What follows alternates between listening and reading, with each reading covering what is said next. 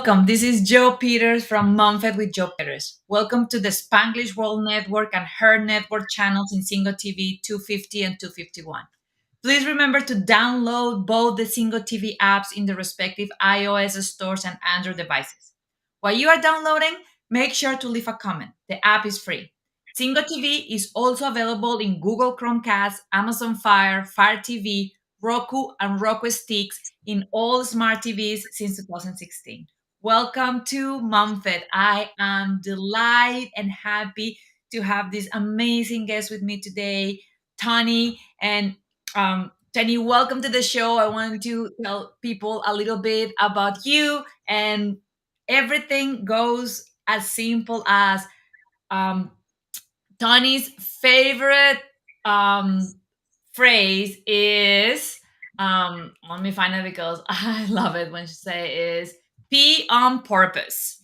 Be on purpose, and that is something that I know that I didn't thought about it before I had babies because by default I always pee on purpose.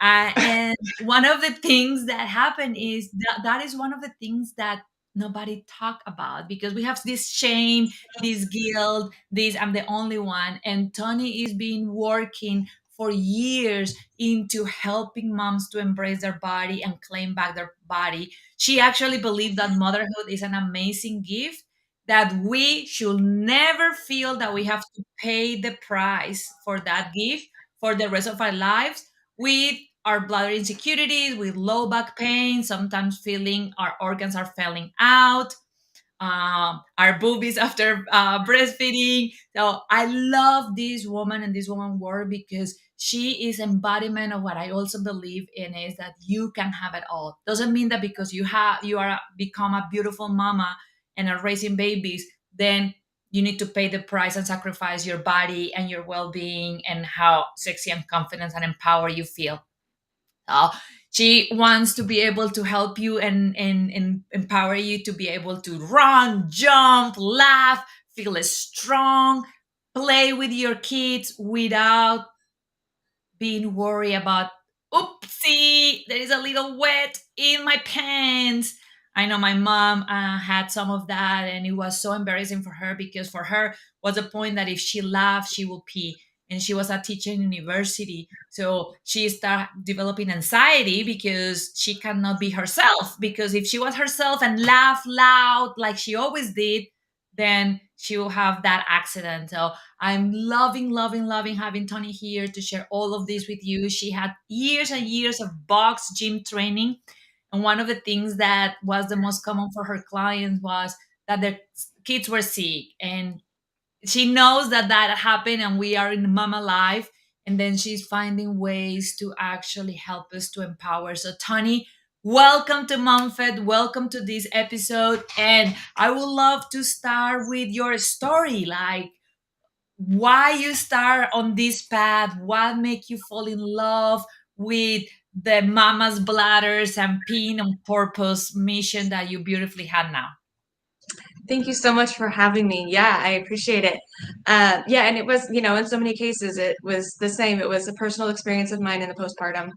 And, I you know, thought I did everything right. I took a little bit of time off in the postpartum from running. I had really enjoyed it previously and had just gotten into 5K races and was really enjoying them. And so I took a little bit of time off and then slowly started building strength, really thought I had done what I was supposed to do in the postpartum. And, I had started a little bit while I was running, had a little bit of leaks, but thought, oh, again, this is just what happens after you have babies, and live with it, essentially.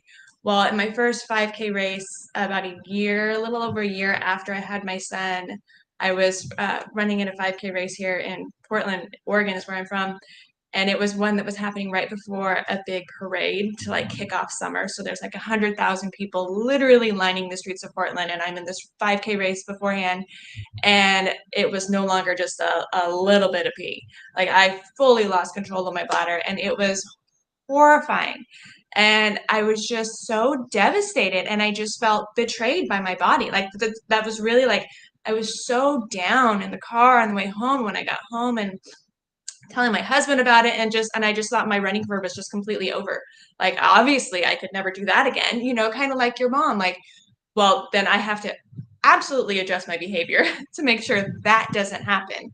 And eventually, I went into personal training and thought, if I just get stronger, that's it. I just have to get stronger, and that has to address this. And it didn't.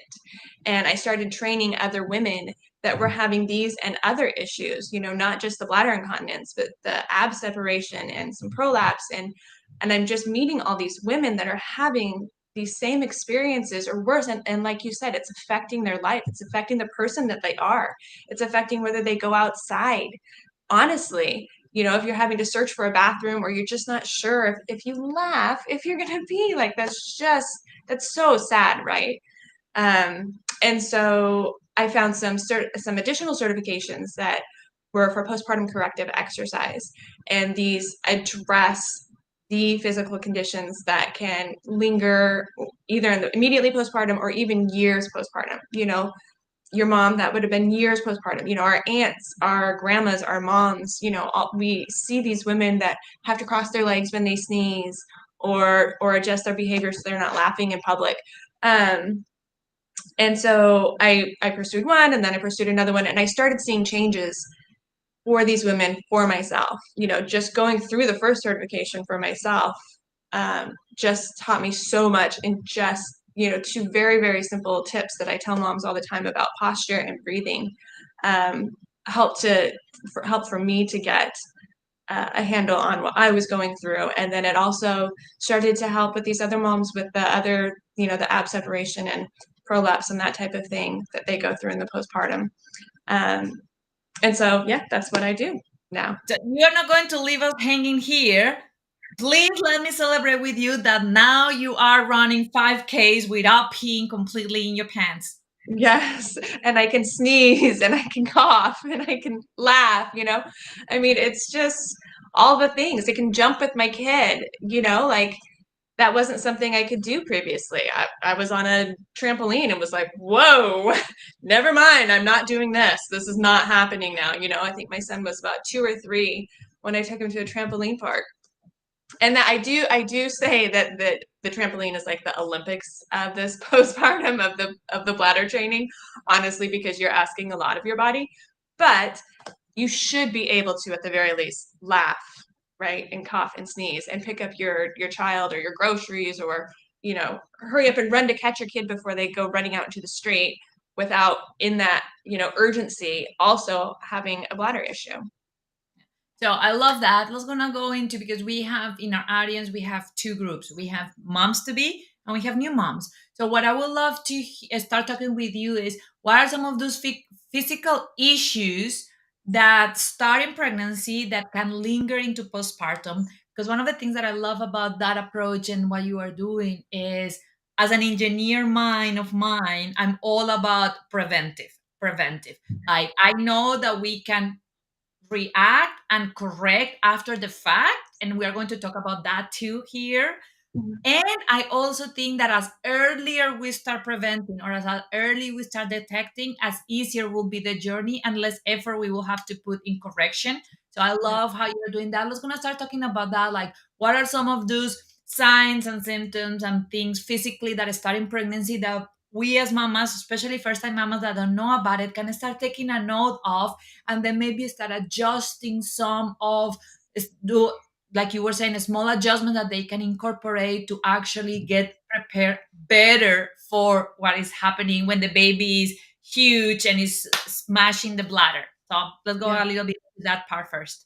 Yeah, absolutely. Well, and the two foundational things that I talk about, the posture and the breathing, are what we would love to see really people integrate, even those that never get pregnant would love to see people integrate that more into their daily habits and their exercises. But in the prenatal, absolutely, you just coming nice and tall through the neck and taking big, deep breaths. Now, as you get further into pregnancy, like you said, when you've got the baby sitting on your bladder, that's a lot more difficult to do. And there are different stages of pregnancy. I know in the second stage for me, I would get winded just going upstairs and was like, what is going on here? hormones are happening. Like there's a lot that's happening. So we just, and even the postpartum work that I do, I just want moms to be really compassionate with themselves, think about the self-care, how they can work it in, even in the little steps. So, if you are anywhere, first, second, or third trimester pregnant, if you can just even at night, just try to incorporate some nice, big, deep breaths. Feel your whole body move on the inhale and feel your whole body move on the exhale. And by your whole body, I mean your torso. So feel your lungs, feel your ribs, feel your abs all the way through to the low abs, the low back, all of it with just a nice gentle movement. And that can be really easy to do in bed at bed because you kind of get a little bit more of the feedback through your back when you're laying on the bed. So when you're sitting upright, sometimes you're like, I don't know if my back is moving. I don't know if I can feel it. And so that can be really helpful also just laying down. Now, when you get further along in your pregnancy, laying down on your back, not so comfortable, not necessarily advised. So do it on a pillow sitting against your couch or against the back of your couch, wherever you can that you can start to feel a little bit of feedback through your back and just that nice, gentle movement. Now, as we are paying attention to that, we are training the muscles to relax on the inhale and then to contract lightly on the exhale. And it's that muscle control that helps us to have control of the bladder.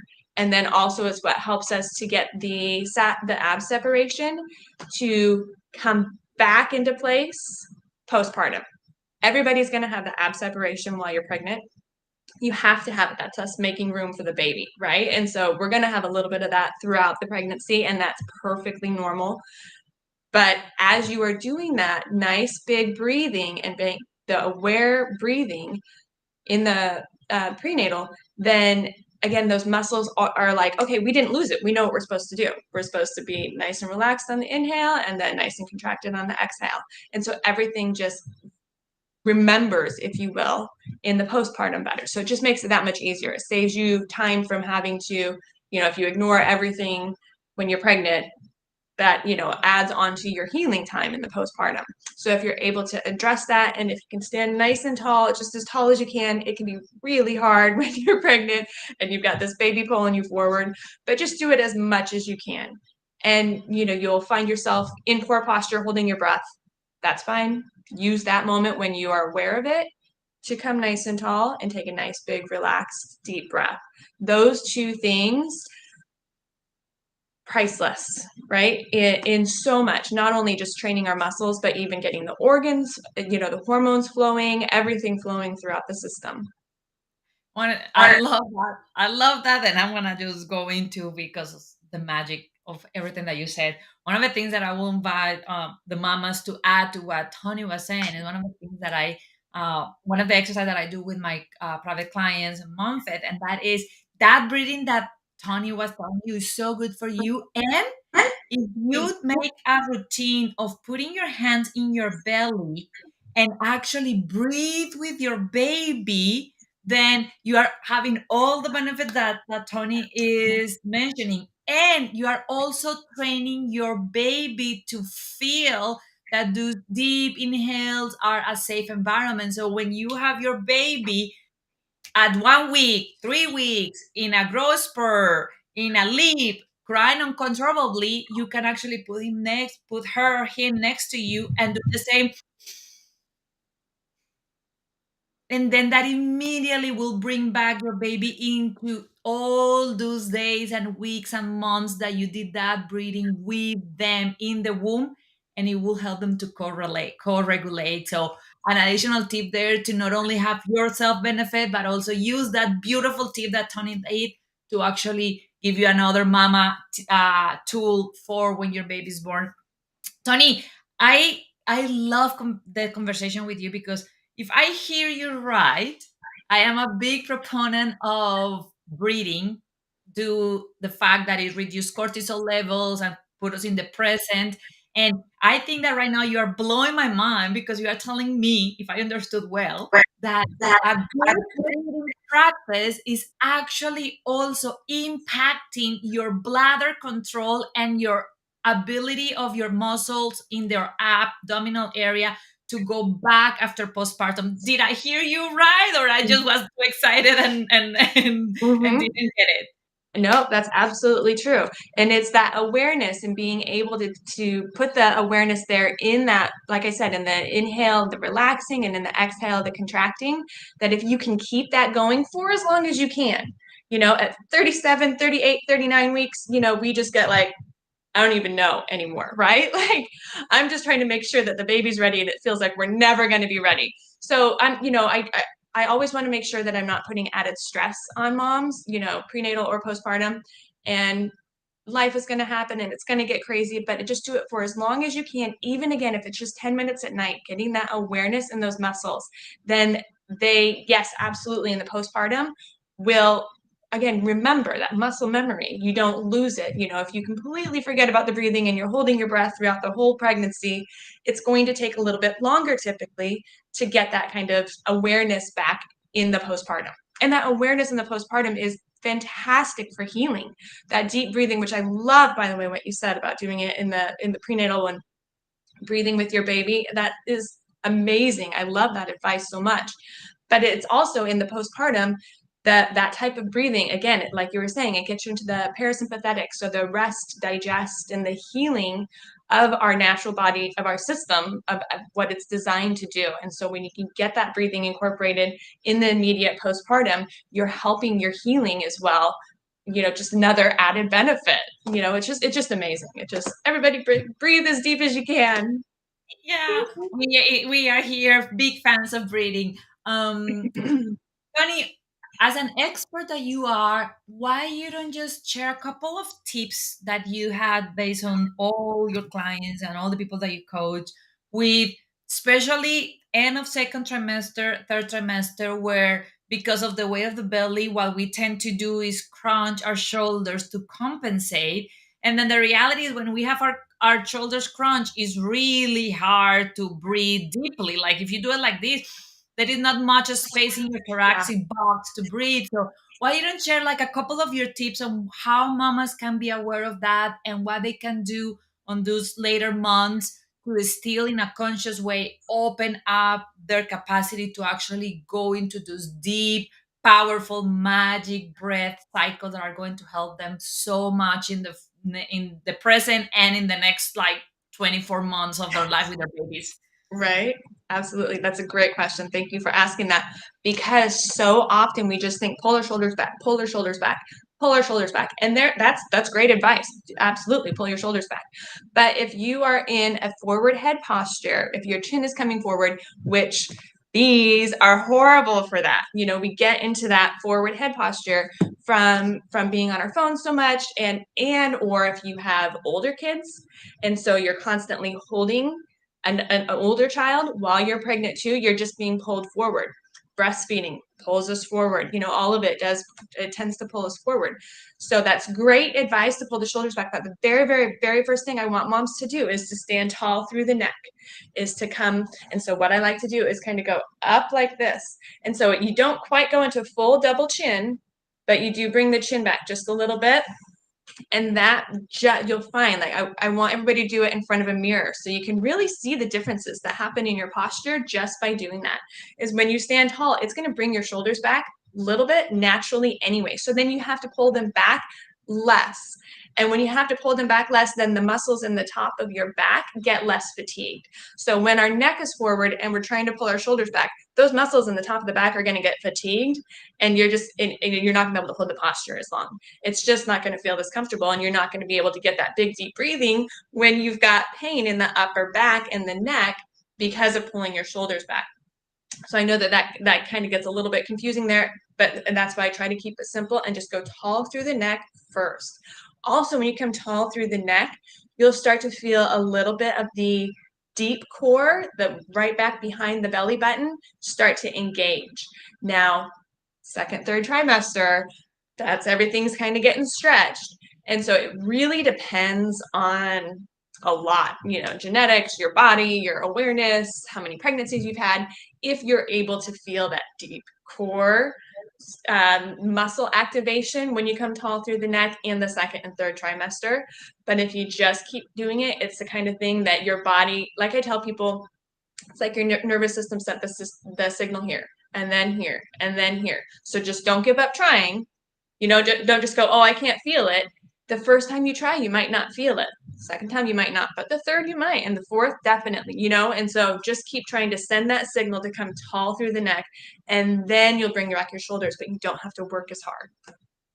And I think that one thing that you said that is very powerful, and you can correct me if you think that what I'm saying is wrong, but one powerful thing is sometimes we get discouraged because we don't feel it. And like we were talking before, I believe that society is putting so much pressure on us mamas that we forget to give ourselves grace. So we are like, oh, I didn't feel it the first time, I didn't feel the second time, I didn't feel it the third time. Oh, it's not working for me. Yeah, I'm the only mom that this is not working. And then what if we actually think, even if I'm consciously not feeling it, my body's doing it and Mhm. it's working. Like, yeah, it would be a lot easier and better if we feel it, but can we say that even if we don't feel it and we keep doing it, our bodies Mhm. are still having some of the benefits, so we can actually Mhm. take that pressure out of our shoulders, Sunny? Yeah, absolutely. For sure. Exactly. No, that's perfect. Because again, it's that signal is being sent. And so it's the muscles here that are starting to react and the muscles here. I've had over the years, I've had only two clients that in our set of sessions were not able to get this full body activation through the posture and the breathing. Both of them came back at some point within the next 6 months, and we're like, "Oh, hey, I finally got it! Just yay!" We didn't even have more sessions, but they came back. We're like, "Just so you know, I finally got it." And my biggest lesson was with that is that they didn't stop trying. Because if they had stopped trying, I would never have heard back from them, right? They would just, like you said, think I'm the only one. It's never going to work for, so nothing else is ever going to work, obviously. But both of them kept trying the breathing, and maybe at the time maybe they really weren't sleeping and maybe they were super stressed, and there's a lot of things that can contribute to it. Now this breathing can definitely help with stress for sure. And so again, that's why you definitely want to keep trying, but there's a lot of things that could be happening if you're just if it's the day. I always tell people it's the day you didn't sleep that night and you had to get up early, and the dog puked on the floor, and there's just those days that happen. Everything goes wrong. That's not the day to start this type of training, but it's a good day to, if you've already been doing it, to really try to incorporate it throughout. But yeah, absolutely, just keep trying. Just keep. Our body is designed to listen to us and the signals that we give it. But sometimes if it's out of practice or if it's overwhelmed or exhausted because you just had a baby, you just have to give it a little bit of time, but it'll listen. Now that's fantastic. And one of the things that I love about that is that you said that you do with your clients too is in a world that is making the label of we need to be super moms and we need to have it all together and we need to do everything perfect, of us as mom leaders leading the pack, taking away some of that pressure and saying like, hey, if you don't feel it doesn't mean that it's not working. You don't Mhm. have to check that box to make it right or Yep. get the pressure off of I'm not doing it right because I'm not feeling it. So I love that. One of the analogies that I was thinking when you were talking is it's almost like if we are cooking a meal for our family, and we put the turkey and the veggies and everything in the oven. If we follow the recipe and put the turkey, season it, and all that in the oven, what are the chances that when we come out of the oven, we came out with a pork leg? It's not possible. We are going to come back with a cooked turkey. It's the same with our body. If you are doing the exercises, if you are showing up every day for your body, like there is no chance that it will not work. Like it's not possible. You may not be feeling it because what Tony was saying. Plus, I know that there are some moms that had uh, previous trauma or child trauma that get very triggered when we are pregnant. That could be another layer where you are not feeling completely your body and you're not embodying it. But let us sure that if you are putting the turkey in the oven, you're going to bring back a cooked turkey, not a pork leg. So if you're doing the work with what Tony's teaching you, standing up, your shoulders, and Shoulders. then breathing, then you are going to have the benefits. Tony, that was beautiful for our moms to be. Now we have also some moms that are maybe already having their baby and are in that category, in that group that you were talking of. I'm afraid of a sneeze. I'm afraid of laughing. I'm afraid of getting out of my house because I don't want to have an accident. Those moms that are in the grocery store and are going through the incontinence diapers and are really hurting in their heart because they are like, I don't want to buy diapers for myself. I have diapers for my baby. I don't want diapers Right. for me. How you can help us to give them some hope in a couple of things on the mindset, on the mental part, so they actually understand, and the emotional part, and then also physically, what are some of the small adjustments that they could do to start going closer into their original self. Yeah, absolutely. Yeah, in the postpartum, and there, I mean, this advice is appropriate for moms that are newly postpartum, and then also for those moms that it's been maybe 10 years, 15, 20 years. I never want moms to think that it's been too long and so there's nothing I can do. You can get some improvement regardless. And so if you start to incorporate the things that hopefully you were doing when you were pregnant, however, if you didn't, that's fine. You can start at any point. And I always tell moms, just start with the 10 minutes at bedtime. The bonus about starting it at bedtime, especially if you have a little one that's having a hard time sleeping, is that again, you get into that parasympathetic, so the rest, restore, relax, digest, and it can help you to fall asleep. So I'll tell moms 10 minutes, 10 breaths. If you fall asleep at 10 breaths, thank God, right? Um, and so once you start to incorporate that in the downtime, then you start to be able to incorporate it. It's your body is more ready to call on those skills in the times that you need it. When you're at the grocery store and you're like, oh my gosh, I'm gonna have an accident. So you're like, you have a tool, that's what we're looking for, tools that you can use in times of need and times of stress. And so when you're having, an issue where you're like, I'm gonna have an issue. I just sneezed and I feel like something's going to happen. You have a tool where you can say, okay, come tall through the neck, take a big deep breath. I have control over this. I can do this. Even if it just gets you 5 more minutes to make it to the restroom, or you're in the car and it gets you home. And now I do want to speak for just a little bit about the difference between bladder incontinence. We've got urge incontinence, and then we've got a stress incontinence. So the stress incontinence is that sneeze, that cough, that jump, that physical impact that makes it so that then you feel like you have, or you in fact had an accident. And then there's the urge incontinence, which is I wanted to talk about this now because I was talking about coming home from the grocery store. It's like, say for example, in the car, on your way home, you really have to go, or you don't have to go. Either way, but you get home and you put your key in the door, and all of a sudden you're like, I had to go. Apparently, I had to go now. I didn't even know it. But it's interesting because it could be that key in the door. And I use that example because that's a really common one for moms, is whether you really had to go or you didn't know you had to go that badly. It is kind of a circuit that our chemistry gets in, our nervous system gets in. And so we can kind of have those triggers, if you will, that, for example, the key in the door. So we try to just adjust those with our behavior. And so for that one in particular, again, I'm going to use that one just because it's a really common one, is to change the behavior. If it means that you used to come home and you put your key in the door and that was how you entered, if you can enter in through the garage, or if you can enter in through through a back door, even for just a little bit, just to kind of change that cue. Or again, use your tool, use your skill of the breathing and the posture. So as you're walking up to the front door, take a big deep breath, come tall through the neck. Again, from that position, you start to feel control. And then take a big deep breath as you put the key in the door, and you're able to enter in that threshold and kind of pass over that trigger as you're entering the house. And again, just have more control. And once you start to build up those little rewards, really, like, oh, I made it in the house without having to go to the bathroom, or I made it to the bathroom in the grocery store without having an accident. Those really start to build up, and it's so funny how that's how our system is made, to be efficient and to learn the skills and then be able to pull and use those skills when needed. And it's happy in that way. That's an efficient movement for our nervous system. And so using those skills and being able to apply them builds up, you have more confidence, you can use them again, it just again builds on itself. So anyway, I just wanted to make the distinction really quick between those two things. But again, that impact, that stress, bladder incontinence, um, I would say definitely started at night. And then in my training, we work on habits, one habit a week. Again, I don't want to be overwhelming.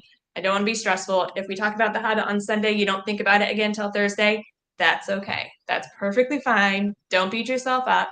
But say, brushing your teeth, we try to use something mindless when you're doing dishes, when you're doing laundry, whatever is the kind of a mindless task that you're doing, if it's in the shower, if you get 5 minutes of a shower by yourself, maybe. And in those kind of habits, the mindless ones, check the posture, check the breathing, just bring the system down.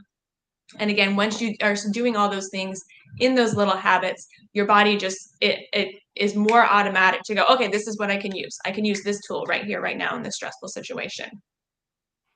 So one of the things that I love about what you said is how you are bringing back the power. Because one of the things that I work with my mamas is bringing back their power around what they eat. And I think that what you are giving them is bring them back that power of this is not happening to you. This is not something randomly. If I hear you right, what you are saying is if you pay attention to your patterns, you are going to be able to actually pinpoint and map, okay, this P situation happened every time that I'm gonna open my door. Or if it's a impact thing, it happened when I sneeze, but not when I laugh, or when I jump, but not when I cry. So I am fascinating, and I want to explore that with you more into how is that very powerful because you are just bringing back the power of I'm not a hopeless victim of my body. My body's doing this randomly. I don't know when it's going to happen. I don't know how it's going to happen, so Mm-hmm. then it's better for me to just stay at home because I'm hopeless and I'm scared versus what I hear you saying is I am empowered because if I pay attention, I know where are the triggers, I know where are the situations, and from that map, then I can take action. I can do something about it. I love what you say, I can have control over my body again. Yeah, absolutely. Well, and that was, kind of how I said at the beginning too, in my story, my personal story was I felt betrayed by my body. Like in the postpartum, everything about our body is unfamiliar and new, right? And we have to relearn it, everything top to bottom, I feel like, from literally your feet all the way through your breathing, your posture, everything. And so being able to incorporate these things, giving you back that control is everything. And I do want to talk for just a little bit too about how when you are at home and you feel like you're stuck at home and you don't have control of your body, there is a strong correlation between that and postpartum depression. And so that is one of the main reasons why I want to be able to talk to moms about this, is so that not only you feel more control and you can leave the house, but then it doesn't snowball into something even bigger. There's definitely other reasons why postpartum depression happens, but there is, like I said, a really strong correlation between bladder incontinence on its own because of the isolating factor of it. And then not only the isolating factor of it, but then you don't want to move.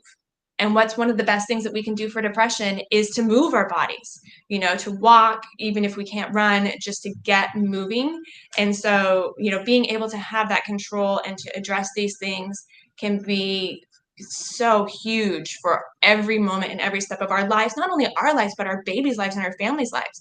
Because if we are feeling that and we have gone so far into it so that we're, experiencing postpartum depression, that affects the whole family, everything about it. And so, just being able to get control of your body and feel like you have, again, that backup, that skill, that tool that is yours that you can use in any time of need is just can be life changing, honestly, for some moms. Absolutely. And I love how you are touching on the mood disorders because I think that also impact anxiety and psychosis and all that. And the reality is more common than what we talk. We were actually when we say when the statistics said, oh, it's only 20% of the new moms. when you see what 20% means, is that if you are one of five friends, one of your five friends is struggling with this, and then having tools to actually prevent that is so important. Tony, another thing that I want to talk with you is, because I really believe that there is a strong alignment between body, mind, and emotions. So we are doing all that physically with the posture, with that, how these mamas can handle the mental part, the mental chatter, the mental talk about, oh, I had the accident, oh, I get some weight in the supermarket. How are some mental tools that they can use to not spiral down and then actually remember that they actually had options and had a possibility to take control? Right. And and that can be it, right? That can be the tough part, is that mental spiral in all of this. And so, I just encourage, once we start having the habit of coming tall and taking the deep breath, then again, not to harp on it, but then you have that skill, but it's the muscle memory. And so your body automatically knows, kind of like what you were talking about with the mom and the having the belly breathing while you're pregnant with the baby, and then being able to get that baby right into that same uh, environment, mentally, physically, uh, in the postpartum, by being able to do that same breathing. It's when you are able to do that same breathing in your stressful situation, it brings back those same feelings for you of control, of relaxation, of um, being able to just calm the mind. And so just using those same tools can be really helpful for having that control. And I also talk a lot about self-talk. That might be one of your habits for the week. It might not be the physical, the breathing and the posture, or incorporating it into exercises. It might be catching yourself talking down to yourself in the different moments throughout the day. And one of the things that I say in my ebook is catch it and correct it. So we talk about that, for the physical stuff. When you see yourself or find yourself holding your breath in poor posture, catch it, correct it, and get on with your day. Same thing with the self-talk. When you start to listen for, at one point I thought, oh, I don't talk that badly to myself.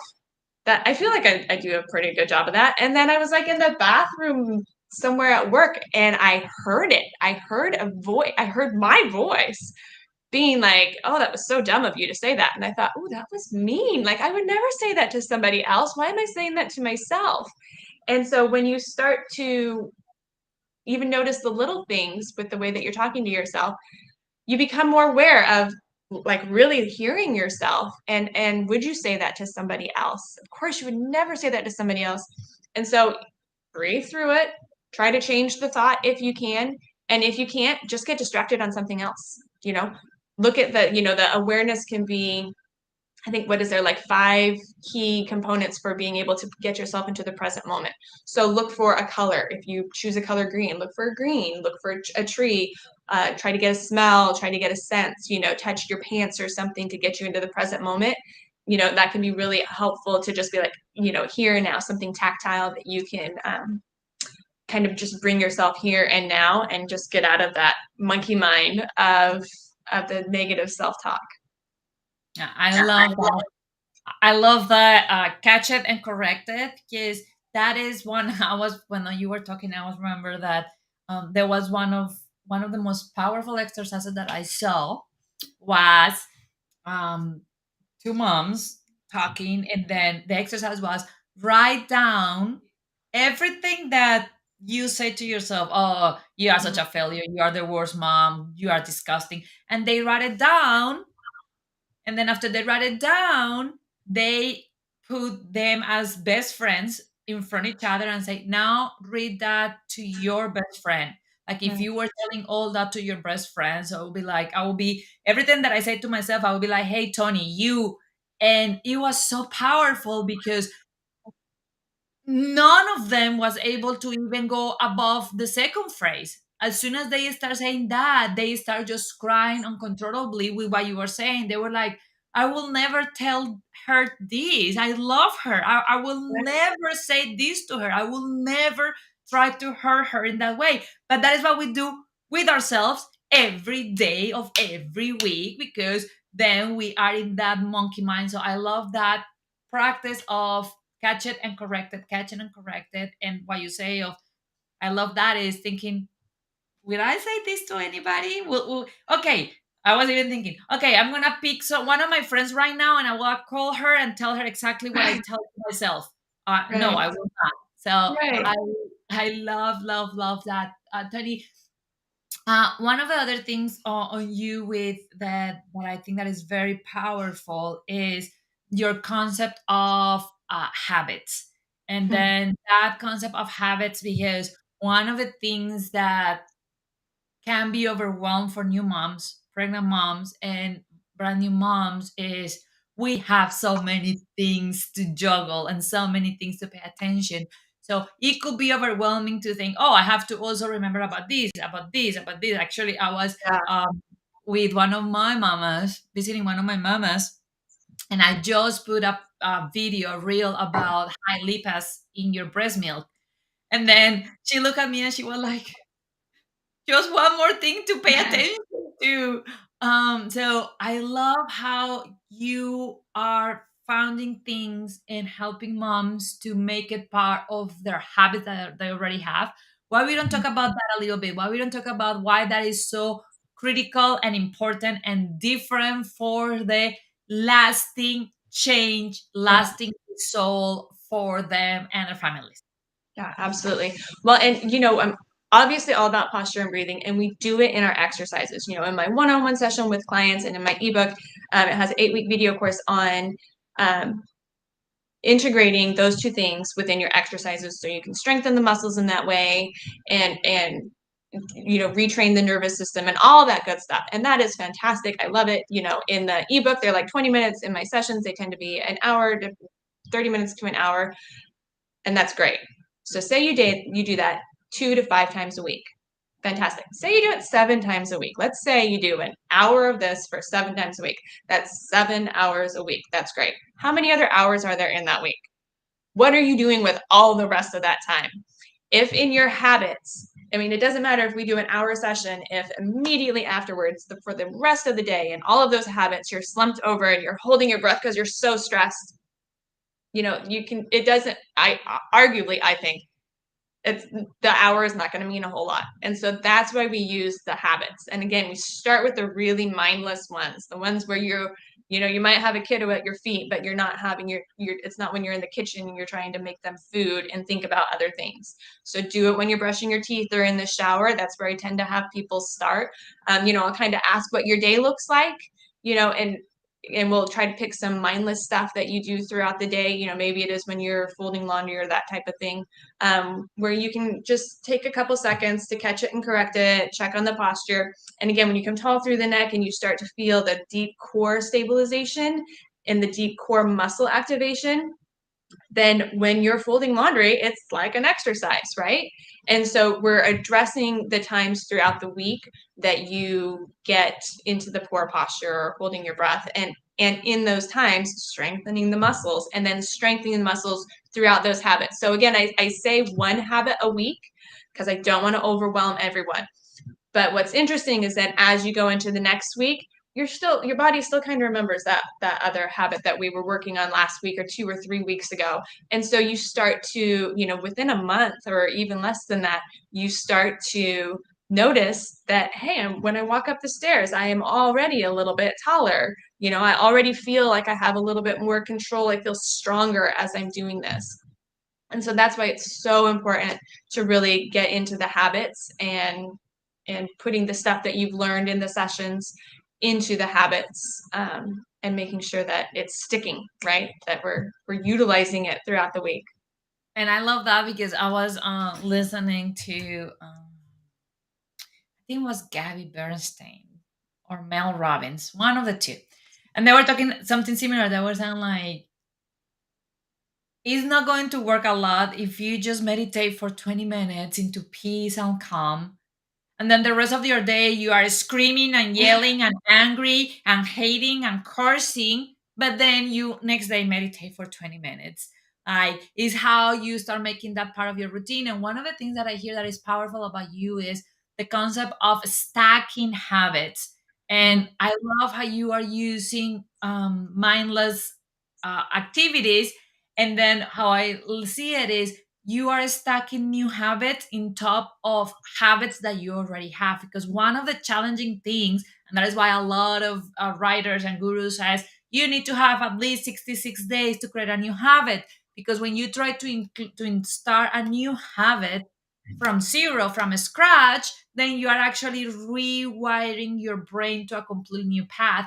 But Mhm. what you are saying is saying, no, let's find those habits that you already are doing, those Mhm. things that are your second nature. Like this is something that I find it's funny that you also use it, the brushing teeth, because that is something that I use with my clients too. So like, do you brush your teeth every day?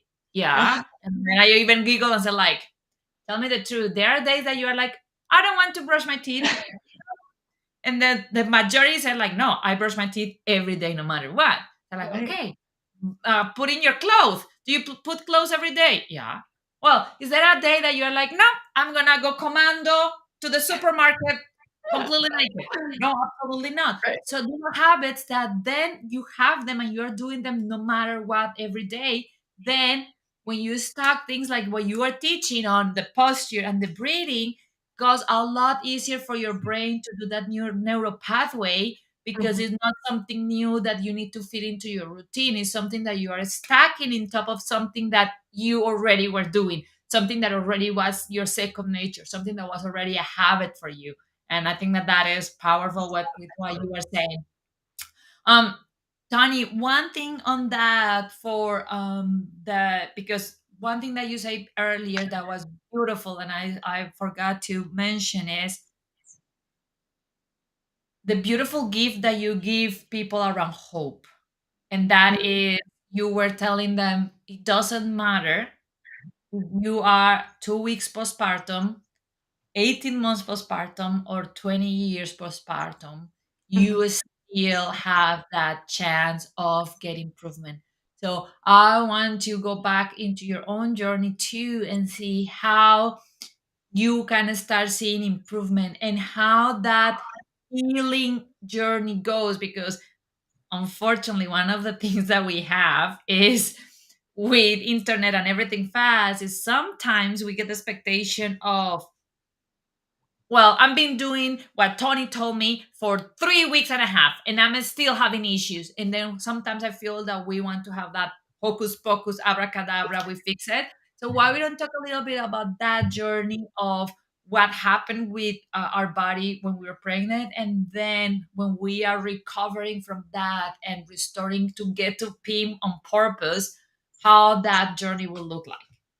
Yeah, and it's absolutely unique and different for everybody because it will depend, first of all, it depends on your genetics again. It depends on your nutrition. It depends on how much water you're getting and how much sleep you're getting. So no, there's some things that you can kind of address if you have been doing this for 3 weeks and you're like, I'm not feeling anything. Kind of address maybe a couple of those things. Am I getting enough water? Am I getting enough sleep? And I can tell you as a mom, you're probably not getting enough sleep. But that's why if you can address maybe the nutrition and the water, you can kind of work through it, without the getting all the sleep that you need. Um, but if you can, try to address some of those things, and then it's going to depend on how many of the postpartum effects you have. If you've got the bladder incontinence and you've got the prolapse and you've got the diastasis, or like you said too, if you had a really traumatic pregnancy, give yourself, like I love what you said earlier about giving yourself grace. Give yourself grace. Really take a good look at your situation and say, is somebody that didn't have a traumatic situation, for whatever reason has, extra supportive help. So they're getting plenty of sleep and they're able to do these things. Maybe in 3 weeks, they have that like genie moment, like, oh, look at this is great and it's fantastic. That's not realistic to what most people their situation is. So, get a good perspective of your situation, a good awareness of, what are the things that I can tackle? Can I, um, make sure I'm taking a big drink of water or a big glass of water beforehand, or can I get an extra 20 minutes of sleep? Can I have a friend come over and watch the baby so I can get extra 20 minutes of sleep just so that I feel more with it and able to tackle some of these things? Or if you do have the multiple physical issues, maybe you do need to go see a postpartum or a physical therapist. I'm all about a pelvic floor physical therapist. So not everybody has access to one, and I get that, which is why I do what I do, right? Because not everybody does have access to that. But if you do have access to a postpartum physical therapist, by all means, do go. But if you want to, just get that awareness and kind of see where your situation is, and just do what you can with what you have, and give yourself a grace, like you said, to just keep trying. Just keep trying at it, and you're not going to get a pork. You're going to get a turkey. One of the beautiful things that you just said, that if we had a magic one, I will do that for all my mamas in the world. And that is, I think that what you said is, stop comparing yourself with others. Your healing journey and your motherhood journey is unique to you, because nobody else is you. That's it. So I love how you say that. Do not compare yourself. Do not compare yourself to a standard, and then start thinking on the things. One of the beautiful things and one of the powerful things that I want to reinforce with this last thing that you said is, this is why it's so important that you, mama, had a team, a support team behind you. That is why I am a big advocate for you when you are pregnant, to reach out to Tonie, to reach out to me, to have us in your team. The reality is, and I say it to all of you mamas, if you had us with you, if you have somebody like Tony in your team, and then after postpartum, you don't need it, awesome.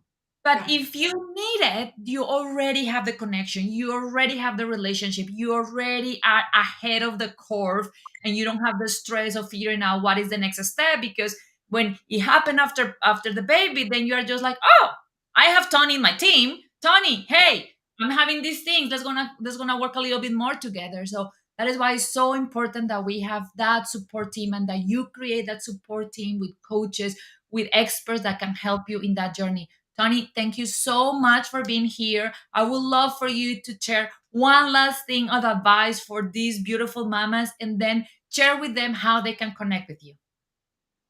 Thank you so much for having me. I really appreciate it. This was a lot of fun. Um, my last piece of advice is my first piece of advice, is the posture and breathing. Nice big deep breaths, nice and tall through the neck. Those two things, you can incorporate those in your habits, in your daily life, in your stress, in your sleep. There's so much benefit that you're getting from those things. You can find me at Mom Home Fitness. My website is mom@homefitness.com, and I made an ebook, getting to the core of postpartum fitness, for the moms to have on their team that maybe can't, like I said, do the physical therapy, or afford one-on-one with anybody in any aspect of their team. Is that it's a quick go-to. It's got 8 weeks of videos, so you can start to incorporate these things in your workouts, in your habits, in your daily life. Thank you so much, Tony. And then moms, you hired mom at Homefitness.com. Home Fitness, mom at hotfitness.com. Thank you so much, Tony, for being here with us, for sharing your wisdom, for allowing us to actually remember that we can bring back that power, that we are not hopeless in postpartum, that we have tools and people that we can have in our team to let us thrive motherhood and win the marathon of motherhood. Now, this show can also be heard on the Spanglish Radio Network. Please check out www.spanglishworld.ca for all the news and programming. Spanglish World.